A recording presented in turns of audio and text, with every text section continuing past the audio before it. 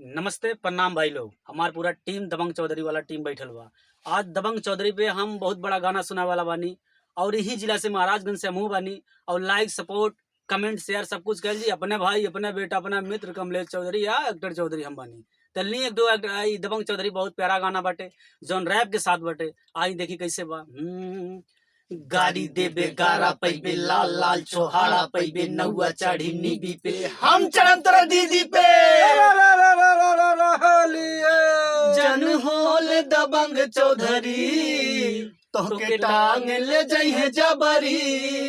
जन होल दबंग चौधरी तोहके टांग ले जइहे जबरी।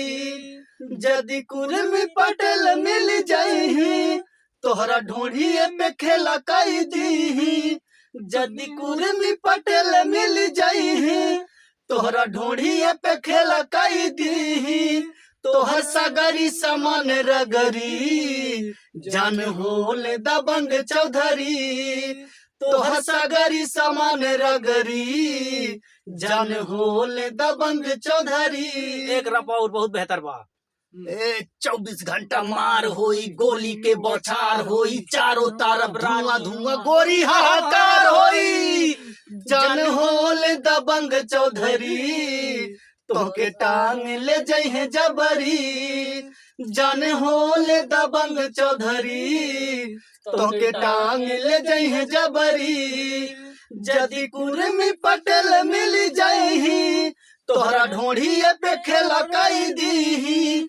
जदि कुर्मी पटेल मिल जइही तोहरा ढूंढिए पे खेला कई दी। तोहर सगरी समान रगरी जन होल दबंग चौधरी।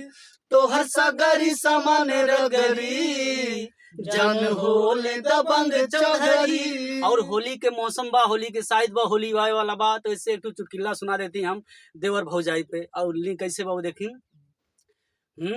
दारस से फाटे मोर कपार नेहुरा देता रोजे भातार। ये कहो ब्यासी कहो ये कहो। अरे वह नेहुरा की मारत तो क्या करे। अच्छा, दारस से फाटे मोर कपार नेहुरा देता रोजे भातार। रतिया में काबो दिनवा में काबो करता रोज लगातार। कराता रोज बलात्कार फाटाता दारन से कपार। नमस्ते प्रणाम। वीडियो के ज्यादा से ज्यादा शेयर करें, लाइक करें, कमेंट करें, सब्सक्राइब करें।